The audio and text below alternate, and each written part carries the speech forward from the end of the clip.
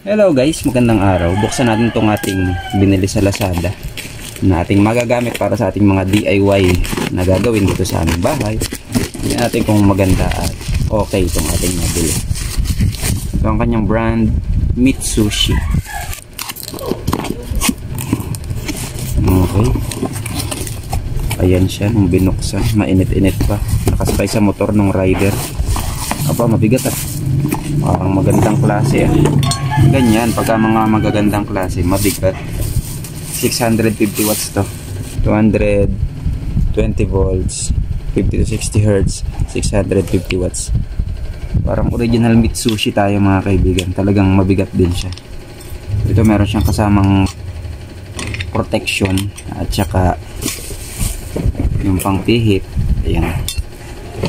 Wala siyang kasamang bala. Pero pag umorder po kayo tapos gusto nyo nung may kasamang bala, may package po sila na may kasamang cutting disc. So ito po nga lang pala, kailangan natin ng adapter. Ayan, magkano lang naman yung adapter, mura lang naman. Magagamit natin ito sa paggagawa ng ating mga ceiling. Yun mga kaibigan, ginagamit na nga natin no. Sabi ko nga lang, wala siyang pansaksak sa ganito. Yung kailangan mo ng adapter na flat kasi bilog yung pansaksak niya. So okay naman, ginagamit ko lang, kanina ko pa ginagamit ito.